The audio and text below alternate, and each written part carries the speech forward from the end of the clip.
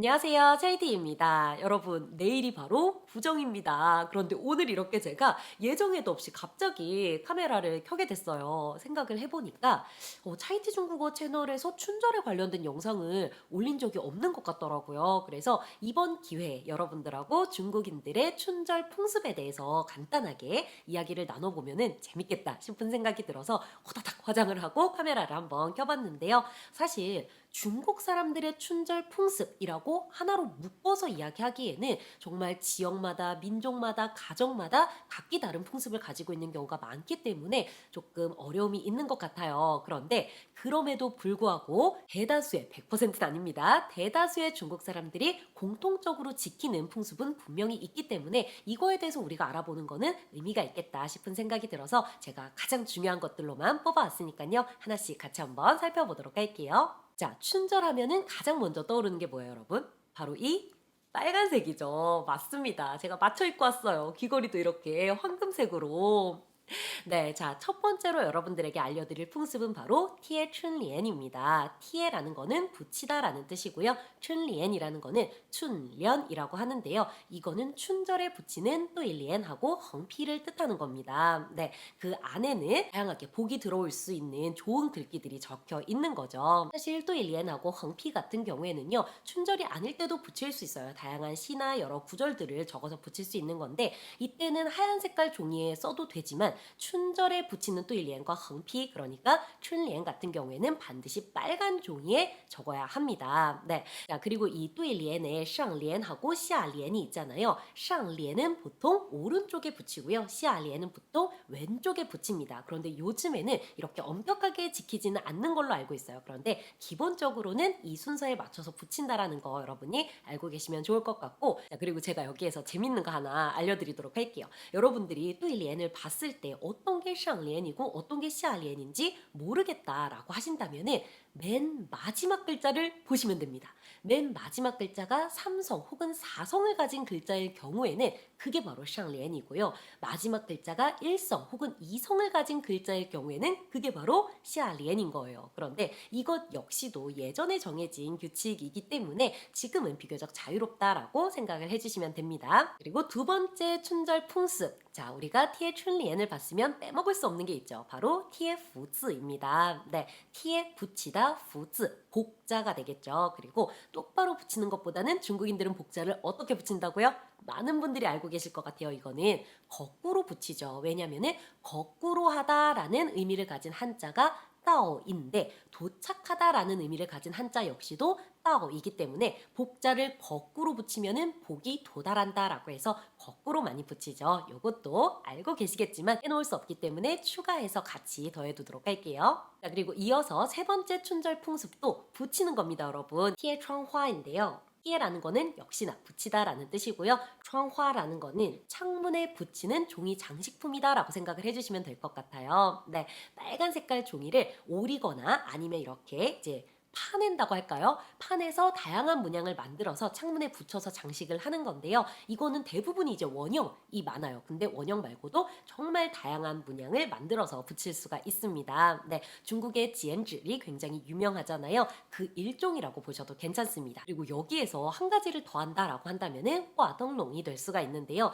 덩롱은 등불을 뜻하는 겁니다. 그런데 빨간 거니까 홍덩롱이라고 하도록 할게요. 그래서 화 홍덩롱이라고 할 수가 있는데 화라는 거는 걸다라는 뜻입니다. 네, 그래서 빨간 등불을 거는 겁니다. 자, 이거 같은 경우에는 사실 너무 부피가 크고 그렇기 때문에 집집마다 걸려 있다라고 보기는 조금 힘들 것 같고 거는 집도 있고 안 거는 집도 있고 시골로 가게 되면은 거의 대부분 많이 거는 것 같은데 도시에서 봤을 때는 모든 집이 거는 건 아닌 것 같아요. 그런데 거리마다 그리고 큰 건물들마다는 많이 걸려 있는 거를 볼 수가 있을 겁니다. 이렇게 해서 빨갛고 황금색이 가득한 네, 집 장식이 완성이 되는 거죠. 그럼 계속해서 진짜 재미있는 네 번째 춘절 풍습에 대해서 이야기를 해보도록 할 건데요. 아마 많은 분들이 중국의 춘절 풍습하면은 이거 먼저 떠올리시는 분들도 많았을 것 같아요. 바로 홍바오입니다. 네, 홍바오 빨간 봉투에 세뱃돈을 담아서 주고 받는 풍습이죠. 그런데 이게 정말 재밌는 부분이 있습니다. 예전에는 여러분 이렇게 직접 빨간 색깔 봉투에다가 돈을 담아서 주고받았었잖아요. 그런데 요즘에는 중국에서 현금이 직접 오가는 거 보기 힘들죠, 여러분. 세뱃돈도 위챗으로 주고받는 추세입니다. 네, 그래서 파홍바오라고 하고요. 그리고 이 홍바오를 받는 거는요, 여러분. 치앙홍바오라고 합니다. 치앙 빼앗다, 앞다투다 이런 뜻을 가지고 있죠. 왜 치앙홍바오인지 알려드리도록 할게요. 위챗에도 그룹 채팅방이 있잖아요. 그 그룹 채팅방에서 누군가 한 사람이 파홍바오를 하고 싶다라고 한다면은 일단 먼저 금액을 정합니다. 그 다음에 이거를 몇 개의 홍바오로 나눠서 보낼 건지를 또 설정을 할 수가 있어요. 물론 모두에게 홍바오를 배분을 하고 싶다라고 한다면은 이 그룹 채팅방 안에 있는 사람의 수대로 나눠서 보낼 수도 있겠지만 이게 또 재미가 치앙 홍바오 하는 거잖아요. 홍바오를 빼앗아 오고 쟁취하는 그 재미가 있기 때문에 그런 재미를 즐기면서 춘절의 느낌을 딱 살리기 위해서 이제 그룹 채팅방 안에 있는 사람 수보다 적은 개수의 홍바오를 보내는 경우가 많죠, 여러분. 그리고 각 홍바오마다 얼마의 금액이 배분이 되어 있는지는 알 수가 없습니다. 열어봐야지 알 수가 있어요. 그래서 일단 첫 번째로는 재빨리 홍바오를 쟁취하는 거. 그리고 두 번째로는 손에 복이 있어서, 손복이 있어서 금액이 많이 든 홍바오를 쟁취하는 게 중요하다라고 볼 수가 있는 거죠. 그리고 진짜 재밌는 게 뭐냐면은 만약에 누군가가 이제 쟁취한, 뽑은 그 홍바오 안에 금액이 가장 크게 배분이 되어 있었다라고 하면은 이제 운세가 가장 좋은 사람이다라고 해가지고 위챗에서 쇼치주이자라는 그 영예 타이틀을 이렇게 딱 얹어줍니다. 그러면 이제 그 타이틀을 얻은 사람이 금액은 사실 중요하지 않아요. 재미가 중요한 거기 때문에 그걸 받은 사람이 또 일정 금액의 홍보를 또 보내고 이렇게 지향하는 거를 반복하면서 그 분위기를 즐기는 게 있어서 이게 정말 너무 재미있는 풍습으로 또 자리를 잡아가고 있는 것 같기도 하고 이제 제 고등학교 친구들이나 아니면 다른 중국 친구들 같이 있는 위챗 단톡방에서도 계속 지향 홍보를 하는 게 재밌어 보이기도 하고 그래가지고 여러분들하고 꼭 나누고 싶었습니다. 자, 그러면은 계속해서 다섯 번째 풍습입니다. 빼놓을 수 없는, 춘절하면 빼놓을 수 없는 바로 밥. 가족들끼리 다 같이 모여서 먹는 그 밥입니다, 여러분. 니에예판이라고 하는데요. 음력설 전날에 가족이 다 같이 모여서 먹는团圆饭을 뜻하는 거예요. 네, 이때는 당연히 풍성하게 차려놓고 먹어야 하겠죠. 그렇기 때문에 닭고기, 물고기, 물고기, 자, 닭고기, 다시 할게요. 닭고기, 생선, 돼지고기 등등등 고기 종류도 다양하게, 야채 종류도 다양하게 해서 풍성하게 식탁을 꾸리게 됩니다, 여러분. 자, 그리고 춘절에 먹는 거 하면 또 빼놓을 수 없는 게 빠오지아오즈가 되겠죠. 빠오 비따 지아오즈 만두입니다. 근데 이 지아오즈는 어떤 만두예요? 초승달 모양의 안에 소가 든 만두죠, 여러분. 요거 꼭 기억하시고요. 네, 제가 중국에 있을 때 춘절마다 이제 중국 친구가 빠오지아오즈를 해서 이제 보내줬었는데 그때 먹었던 만두의 맛을 잊을 수가 없습니다. 어디서 어떤 걸 먹어도 완전히 똑같은 맛을 느낄 수가 없더라고요. 제가 다시 이제 중국으로 가서 그 친구가 해주는 만두를 먹지 않는 이상 그 맛을 다시 느끼기 힘들 것 같은데 갑자기 너무 그리워지네요. TMI였습니다. 자, 그럼 계속해서 빠르게 이제 마지막 춘절 풍습에 대해서 이야기를 해보도록 할게요. 역시나 빼놓을 수 없는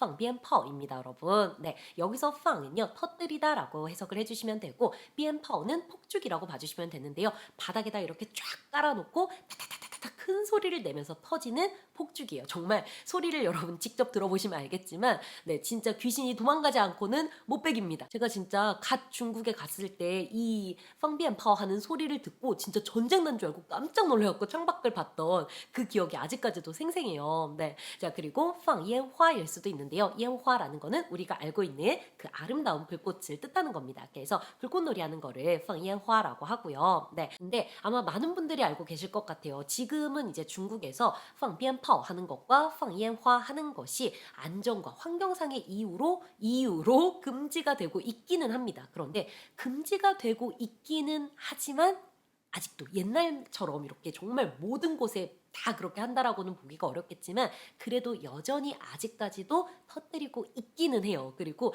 웬만하면 조금 눈을 감아주는 그런 분위기인 것 같아요. 그리고 시골로 가게 되면은 더더욱이 네, 아직까지도 이제 왕성하게 그 폭죽을 터뜨리고 불꽃놀이를 하는 모습을 볼 수가 있을 겁니다, 여러분. 네. 자, 이렇게 해서 총 몇 개였죠, 여러분? 6개, 그죠? 6개 춘절 풍습에 대해서 한번 알아봤는데요. 어떠셨나요, 여러분? 알고 있던 것도 있었을 수도 있을 것 같고, 새롭게 알게 돼서 흥미로웠던 것도 있었을 거라고 생각을 합니다. 어쨌든 구정이 오기 전에 중국의 춘절 풍습에 대해서 같이 이야기 나눠보면서 여러분들에게 재미있고 흥미로운 시간이 되었기를 바라고 여러분 모두 내일 구정 잘 보내시고 새해 복 많이 받으세요. 안녕!